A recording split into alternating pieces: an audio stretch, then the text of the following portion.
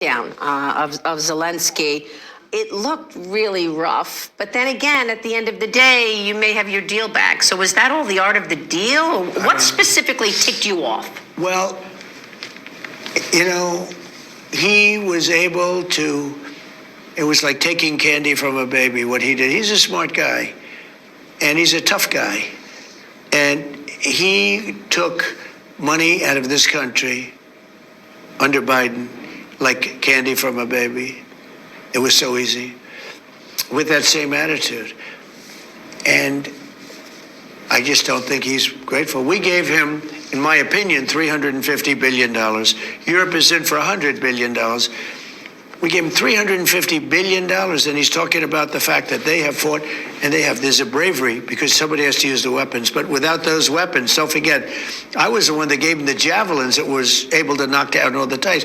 Obama gave nothing. Look, if I were president, that would have never happened. You wouldn't have had Russia going into Ukraine. You wouldn't have had the whole situation with Hamas and October 7th. It would have never happened because Iran was broke. They had no money. They weren't giving it to Hamas or Hezbollah or anybody else. You would have never had the worst evacuation anyone's ever seen, which is Afghanistan, which was the most embarrassing day in the history of our country. And you know what else you wouldn't have had? You wouldn't have had inflation. We had record-setting inflation under Biden. It was a killer.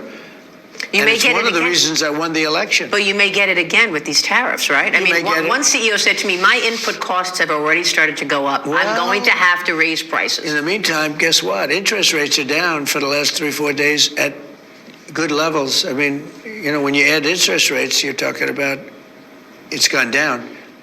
I've been saying, let's get interest rates down.